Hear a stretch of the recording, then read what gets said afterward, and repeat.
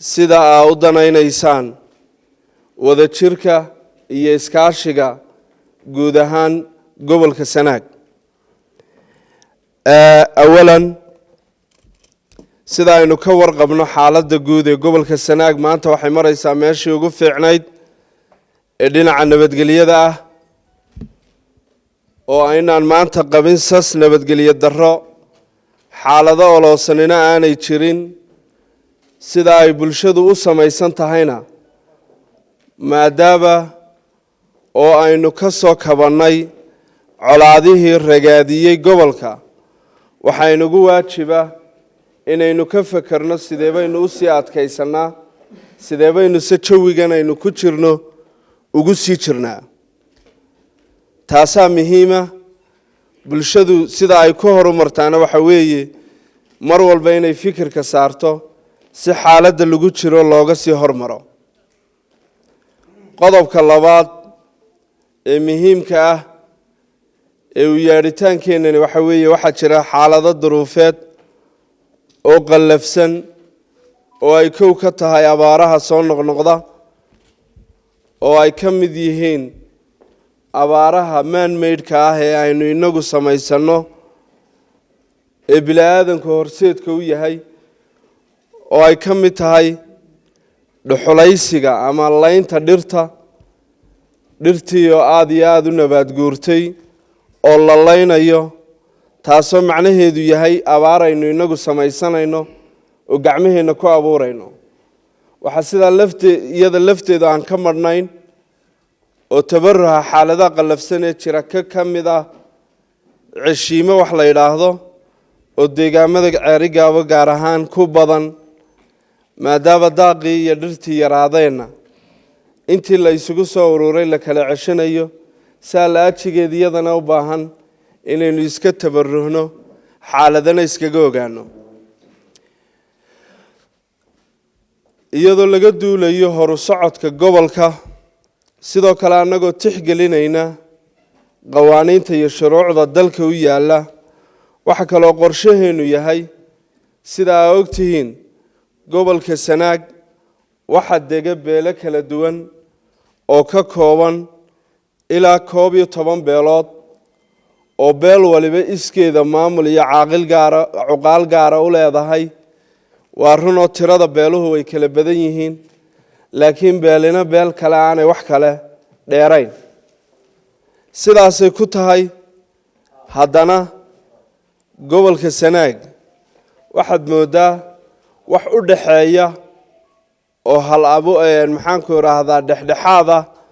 oo weliba markaan ka hadlayo dhexdhexaad dhinaca dhaqanka ah inaanu jirin. marka laga hadlayo xaaladaha soo noqnoqda ee colaadaha abaaraha ama colaadaha ama shaqaaqooyinka beelaha dhex mara waxaa ogtihiin inta badan waxaa isu xilqaama ama waxaa gurmad inoogu yimaada gobollo kale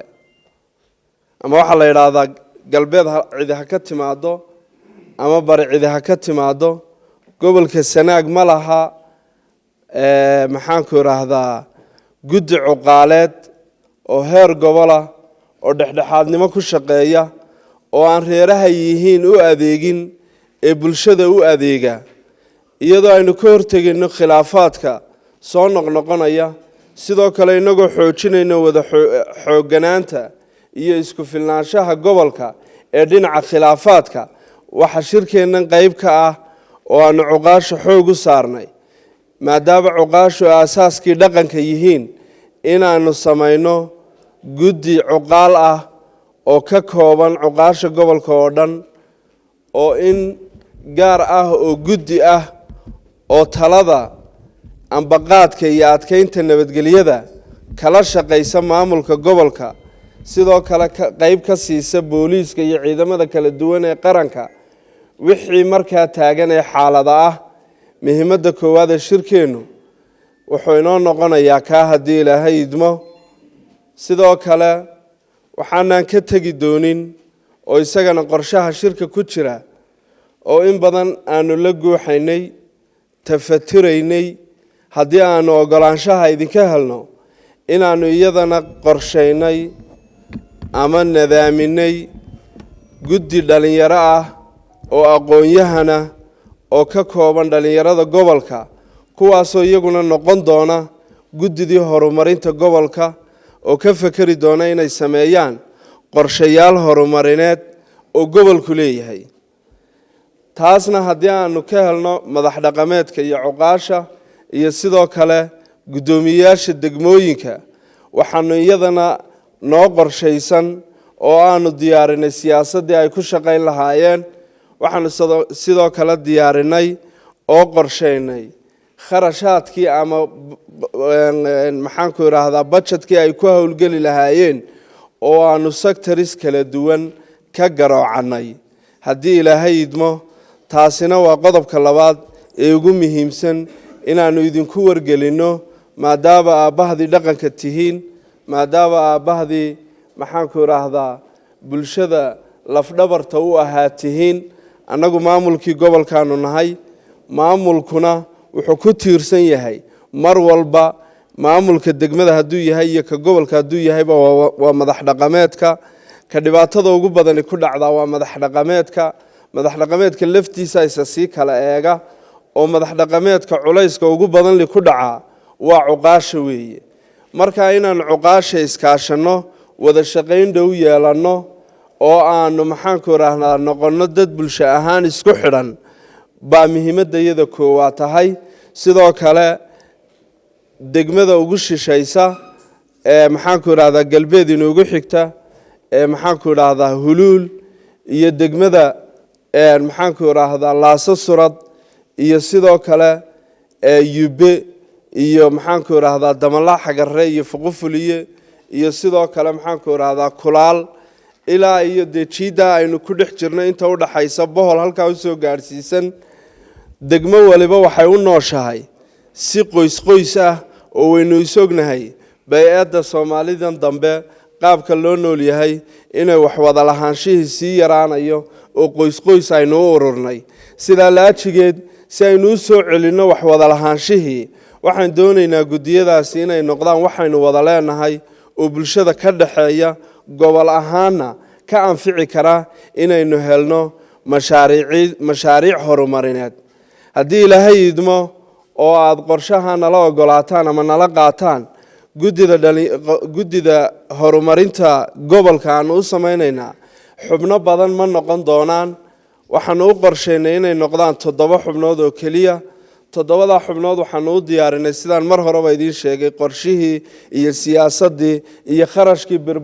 barbilowga ahayd ee ay ku duuli lahaayeen taasoo aanan meel kale uga keenin dowladna u doonin ee aanu tahay waxaanu heer gobol ugu garoocannay ay tahay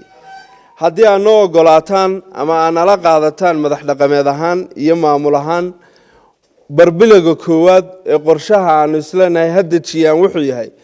inay sarfey ballaadhan oo gobolka ah oo dhan maraan data analyze sameeyaan recorded soo sameeyaan kuwaasoo record garaynaya degmo waliba oo ka kooban yahay gobolku waxa ay ku fiican tahay iyo waxa ay ku wanaagsan tahay iyo halka laga sii horumarin karo si aynu u qaadano maxaanku idhaahdaa tallaabo loo miidaan dayey ama tallaabo laga fekeray oo bulshadu ku tanaado khayr iyo nimcana ay ku gaadho ilaahay iidankii insha allah bismillaahi kariim mar labaad iyo mar saddexaad waan u mahadnaqayaa ka soo qaybgalayaasha dhammaanteed si gaara waxaan u mahadnaqayaa isuduwayaasha gobolka oo dhammaanteed sidaa aragtaan dhammaan niman dhalinyaro ah dadka idiin shaqeeya ah dadka maxaanku idhaahdaa howlaha gobolka ka kala socda hadday dhinac walba tahay muhiimadda ugu weyn